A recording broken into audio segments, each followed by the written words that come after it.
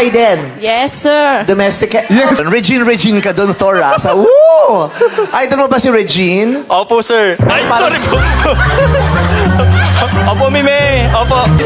Hindi, joke lang. I don't mind. Okay lang sa akin ng sir.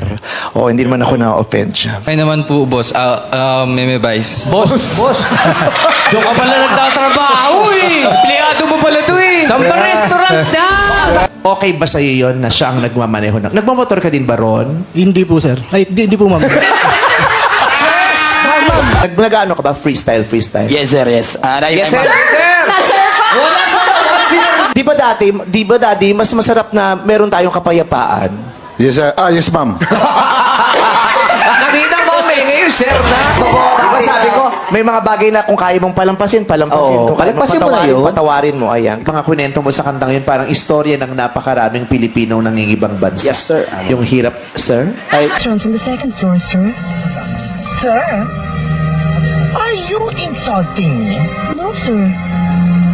Ganda mo, ha? Thank you, sir. I know that, sir. Kenneth!